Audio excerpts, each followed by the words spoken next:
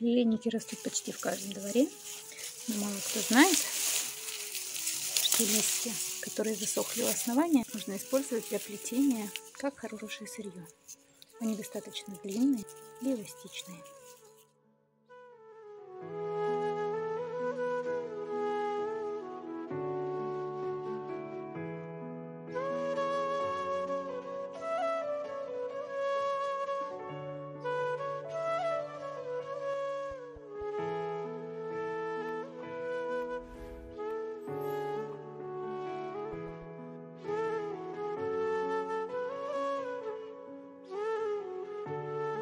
Так как листья лежали на земле, то не исключено, что там может быть какая-нибудь инфекция, плесень и так далее. Поэтому я считаю нужным обработать листья, наше сырье, при помощи белизны, которая, как известно, лучше всего справляется с плесенью. Поэтому на 4 литра воды я добавила 200 грамм белизны. И сейчас сюда помещу наше сырье.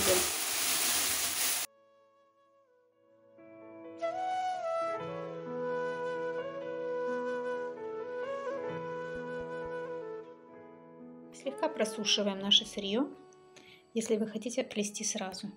Можно высушить его полностью и просто увлажнять перед плетением, если будете плести в другое время.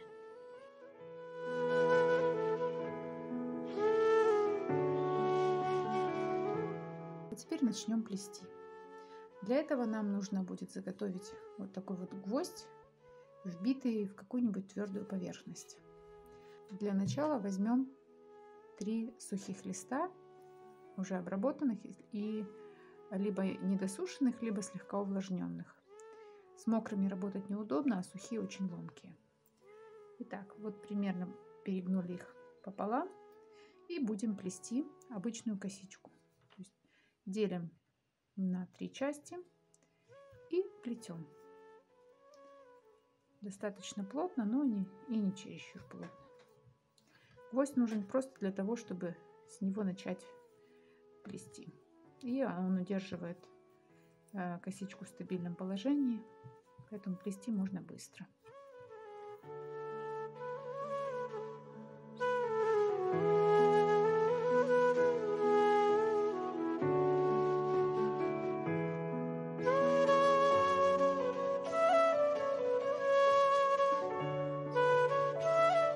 Очень хорошо, что эти листья длинные.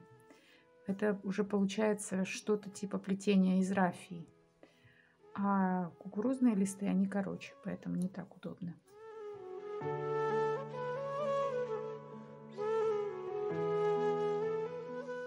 Так плетем, пока не начинает заканчиваться какая-то сторона. Вот, например, здесь.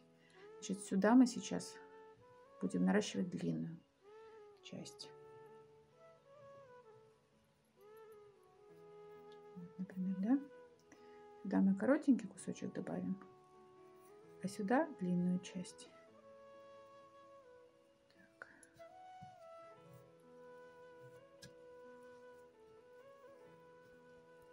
Когда попадаются вот такие коротенькие кусочки, лучше их подплести внутрь. Или скрутить вот таким образом,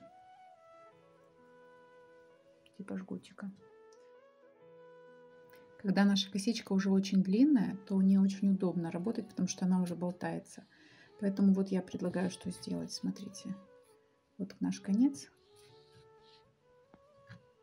Подвести ее сюда и вот так вот слегка зафиксировать.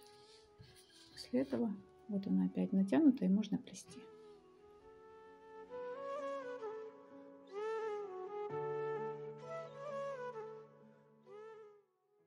Примерно за 3 часа я сплела 12 метров косички. Теперь будем собирать готовое изделие. Вот эту петлю, которую мы сняли с гвоздика, подцепляем, и это будет начало сборки. Прячу узелочек внутрь и начинаю скручивать в улиточку. И при этом подшивать каждый виток буду подшивать иголкой.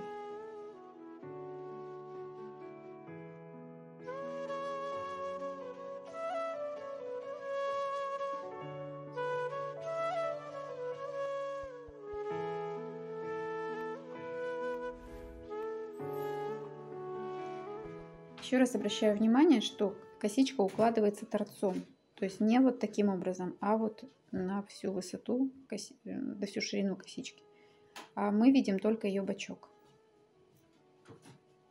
И иголка фиксирует вот эти косички одну другой в виде улитки. Так, и вот здесь нужно внимательно выкладывать именно бочок. Можно остановиться на таком размере, и тогда это будет подставка под чашку. Либо можно продолжить салфетку до большого размера. Хочу вам показать, что очень интересная текстура получается, и мягкая, и очень приятная поверхность. Чем-то даже напоминает текстильную вещь. Конец цепочки можно либо просто пришить ниткой в тон, либо использовать вот такую кожаную штучку для того, чтобы ее сюда пришить. Будет и красиво, и незаметно.